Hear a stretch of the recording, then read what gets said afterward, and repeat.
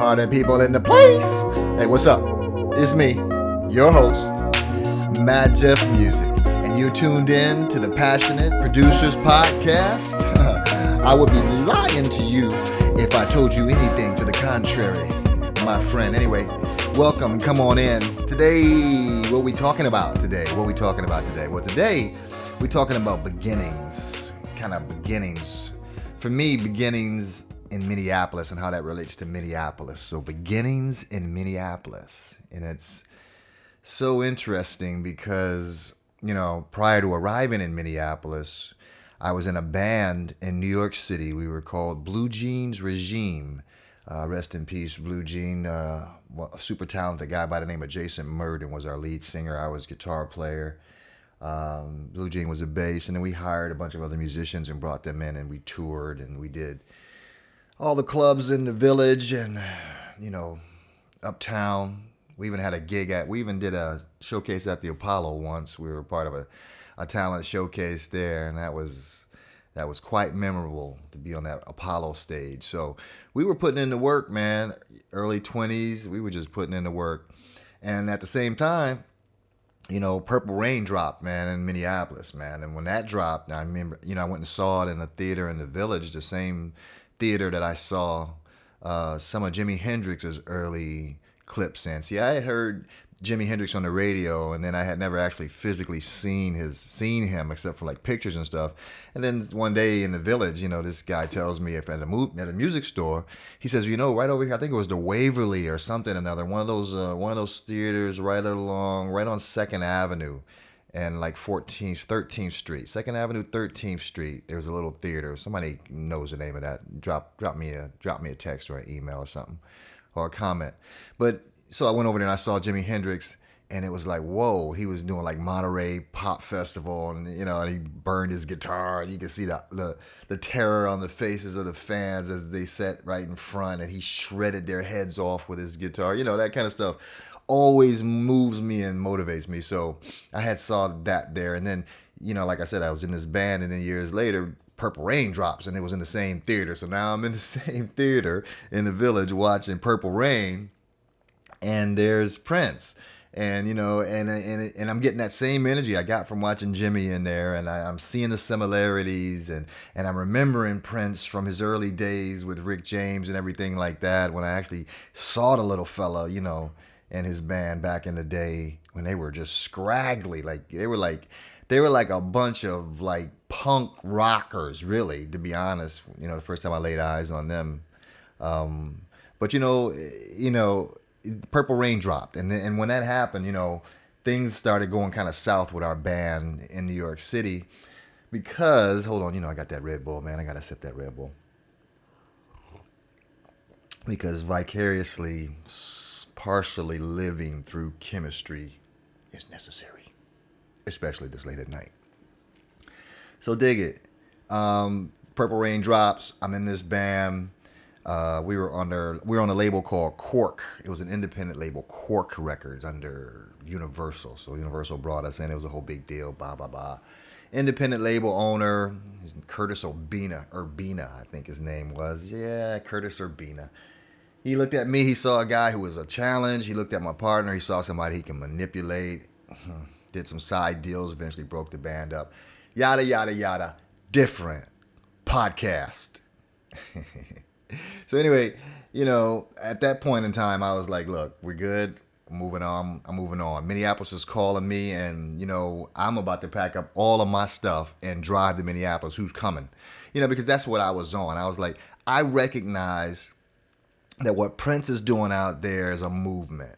And whatever happens as a result of what he's done with Purple Rain and his touring and being this incredible musician from this isolated place in the middle of America, Minneapolis, where most people don't want to go to for a number of reasons, just don't want to go out there, especially in the dead of winter. I drove out there in the dead of winter, ironically, and I traded some stuff for a Honda Civic from this guy, and the damn thing didn't even have a floorboard, right? Like on the driver's side, the pedals literally just hung down, and there's ground between the pedals, and and the floor, where the floor should be. There was just earth. You keep your feet up. You feel what I'm saying? You just kept your feet up. But I drove this thing from New York City all the way to Minneapolis in the dead of winter, and I nearly froze to death, and I nearly had frostbite. But I think I was just so excited about the possibilities of getting to Minneapolis and getting involved in the music thing and the music scene here, right?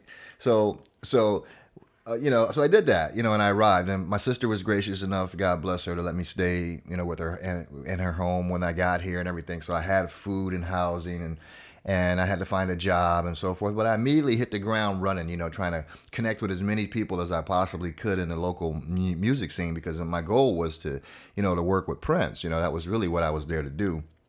And ironically, some other things happened that I had some other connections there. One of those ironic things being, prior to leaving New York City, I went to the Palladium nightclub on 14th Street in New York City and caught a concert of Karen White and her band. And Karen was lit. I mean, her band was so good. They were all really good musicians playing live instruments, and Karen was awesome, and I felt like Karen and I had a connection there, and it was the weirdest thing. And I just remember being with a girl and just kind of being like enthralled by Karen, just kind of being in the center of the stage and just kind of like right in the front, just watching her. And she was singing to me on occasion. She saw me, and it was weird as heck. And my girl got mad, and it was just this weird, bizarre scene. But ironically, when I got to Minneapolis in the beginning, man, and this is just how karma works. When I got there and I was just getting to meet people, and I was trying to get hooked up with Prince. This is a whole nother story, a whole nother podcast. But one of the first people that I met within being in Minneapolis and trying to establish myself for about a month, one of the first people I met at the mall was Karen White. I know, right? I mean, listen, I can't make this stuff up. Anyway, I'm in the mall, Ridgedale Mall, Minneapolis. And as I'm walking through the mall, I walk by a store, and I look into the store, and there's this attractive lady, shopping. She's looking through some racks or whatever, right? She's by herself.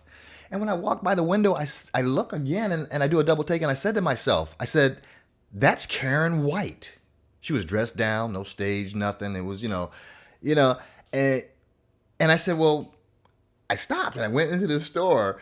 And I said, excuse me, this is going to seem really weird, but you don't know me. I don't know you, but I was at your show at the Palladium like a month ago or whatever, right? I was there in that audience watching your show. It was an incredible show. She was like, wow, what an incredible thing.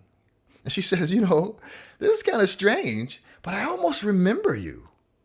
And I was like blown away at the possibility of what was happening here, right? And just as we're standing there talking, it gets kind of weird and uncomfortable because somebody's approaching. There's a man approaching to my right. I feel his presence, and I feel her looking to her right. I'm looking to my right, and this guy approaches. He walks up right next to me and stands there. Bam! And he's intimidating as you know what when I turn to look into his eyes. And that man was Terry Lewis. Terry Lewis, one part of Flight Time Productions. Jimmy Jam and Terry Lewis, her R&B Hall of Fame songwriting producers, production team, right? On their way to that, right? Having smash records with Janet and so forth. Little did I know, and completely by coincidence, I bumped into Karen. I had went to her show. Karen was now in Minneapolis because she was engaged to Terry Lewis. There was Terry Lewis standing right next to me wondering who this guy is, swooping in on his woman while he just went over there for a second or whatever. And she says, Terry, this is Jeff. He was at my show in New York, and he just recognized me and came over to say hi. And Terry's just sizing me up, and he's like, looking me up and down. Okay, all right. He gave me that look like, all right, you did that? Are you good? All right. We'll holler. And I recognized at that moment, and I said to Terry, Terry, you don't know me, but I promise you something. I'm an asset. I can be an asset to you. You know, I can program drums. I play guitar. I've been in bands. You know, I know about a lot of things when it comes to this music thing. You know, and I'm passionate about it. I gave him like I think he gave me like 7 or 8 minutes before he cut me off. He just stopped me. And he said to Karen, you know, we got that Walking the Dog remix. And Karen looked back at him and she like nodded, yeah. He said, I tell you what, I'm gonna have my boy get with you. His name is Ray Seville. Ray Seville. Like my brother. Love that man. Always will. Always will. We did fishing trips. Me and Ray did a lot of things. We did a lot of cool stuff together. Ray, God bless you, man. Anyway, so Ray calls me up. You know, I'm outside. I'm coming to pick you up. Going to the studio. We're going to work on this remix. So Terry then put me with Ray and Karen. And they, you know, he said, look, we're going to put you in the studio. See what you can do. So they put me in Flight Time Studios. Ray came and picked me up on a Saturday. You know, it was kind of quiet or whatever. There was nobody around or whatever. They opened up the building and there's Flight Time Studios. I'm in this legendary studio. Boom, boom, boom. Right? Just like that. Just like that. Because I had the nerve, for one thing. You know, I'm going to go back. It wasn't just nerve that made me approach Terry or to approach Karen. It was passion and it was desire to hear her music back in New York. I didn't know at the time that she was related to Jimmy and, you know, to Terry in some way. I had no way of knowing that. But I knew that she was at the Palladium, which was 7 blocks from where I lived in New York City, and that I could get in there because somehow or another I could afford to. And I'm going to that show. And it was live musicians doing what I loved and what I do that put me there. And only because I was there, only because of that passion, was I able to stop her in Minneapolis and be familiar enough with her to share that incredible fact that I was at her show. Mind-blowing stuff, you know what I'm saying? Mind-blowing. So, boom, next thing you know, I'm in the studio and I'm working. I had some obstacles there. There was some other DJ guy there who came in and tried to make things difficult. Me and him and literally had an altercation. And, you know, God bless him and forgive. I forgive and I forget. I let that luggage go, man, and I moved on and I grow. So, but, you know, I pushed through that. And I think right from the beginning, you know, my knock was he's deep. You know, he's serious about this. You know, he's definitely serious about this. I'll tell you that. You know, so, let's just see what happens. But hey, here's the deal. Put that remix together. Got that MPC out. Programmed them drums. Hooked it up to an Atari ST I had for some additional samples and sequencing. Broke that remix off. Recorded it to tape. Boom, boom, boom, boom, boom. I think I was in there from Saturday morning till Sunday evening around 7 p.m. Boom, Terry walks into the studio, sticks his head in. All right, I hear this out here. I'm going to come in and listen. I brought somebody with me. He steps into the door. He got Jimmy Jam with him. Now Jimmy and Terry are standing in the room listening to my remix of Walking the Dog and Karen White.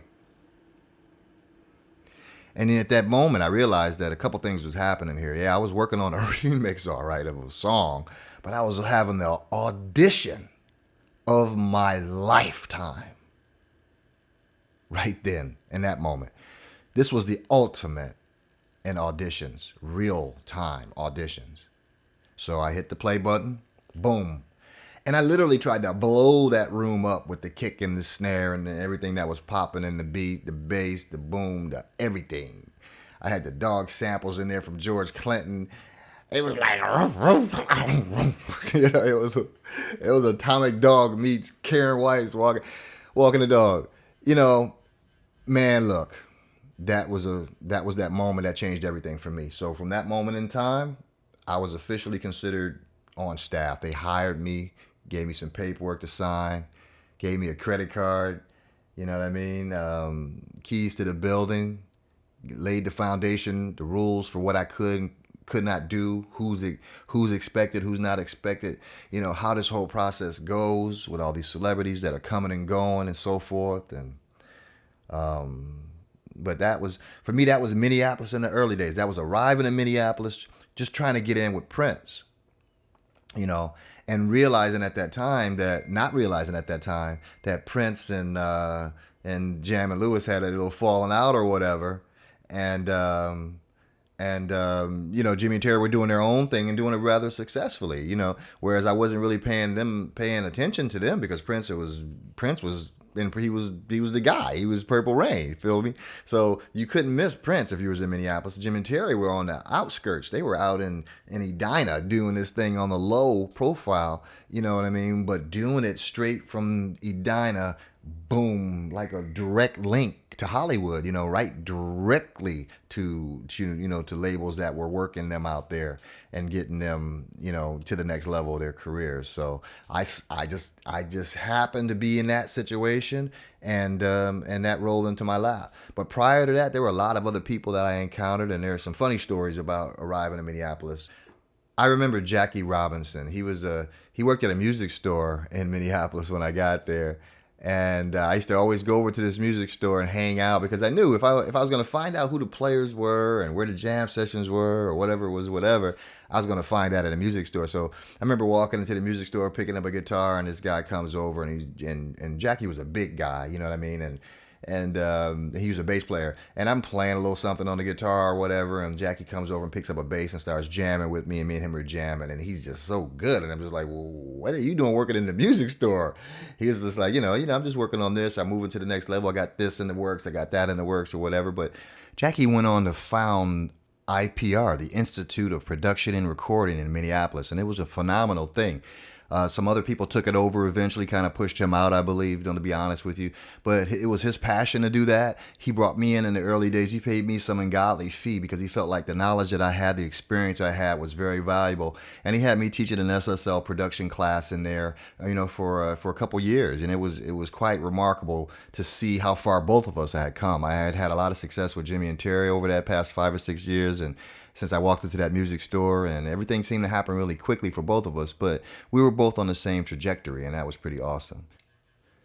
Rest in peace, Jackie. You know, he passed away some years ago in a bizarre car accident, but his legacy is strong. You know, I mean, I think having been the guy that founded that Institute of Production and Recording was a major thing, and I know that I'm grateful for Jackie and his friendship, and I know there are a lot of others that are too.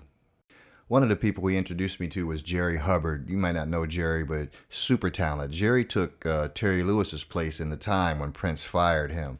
So Jerry was just a great guy, super talented songwriter, producer. Hey, Jerry, what's up, brother? Love you, man. Man, just a bad composing man, playing all the instruments, doing all the engineering. I mean, he was so far ahead of his time, but also from a little loft in Minneapolis, he had a direct link to Hollywood, the proper management, the proper situation, the deal, the publishing deal. He was straight to LA. So he lived a life in Minneapolis, but it was boom, straight to LA with anything that he set up there and created. And I heard a lot of that stuff. It was masterpieces. He learned everything he knew, really, I think a lot of it from Jesse, because he played with Jesse Johnson's band. And Jesse was, and still, in my opinion, is one of the best musicians Minneapolis has ever seen, because he's one with his instrument and his gear. And his attitude, his mindset, his whole persona, to me, is legendary. You feel what I'm saying? Jesse is the man. I bumped into Jesse, too, back in the day when I first got there at an Elements furniture store in uptown Minneapolis. And I remember just being upstairs and saying, yo, Jesse, man, how's it going? And Jesse was a realist. He was not that fluff and wonderful. And he was going to tell you flat out, you know, make sure you have your shit in order. You're dealing with them guys, man, because, look, this is how it is for real. Ain't nobody going to take care of you out here because you just kind of on your own. So you better make, you know. So Jesse was always that guy, very rebellious and very, very much in tune with his talent and his ability to demand what he needed or what he wanted for his craft, you know what I'm saying? And I took that to heart too. So thank you, Jesse. Thank you, Minneapolis. Thank you, all those cats. There's so many people. There's so many stories that I haven't gotten to. Just give me a little time though, because this is only episode number 5. Come on, man. I got so much more. The Passionate Producers Podcast. I'm Madjef. Out.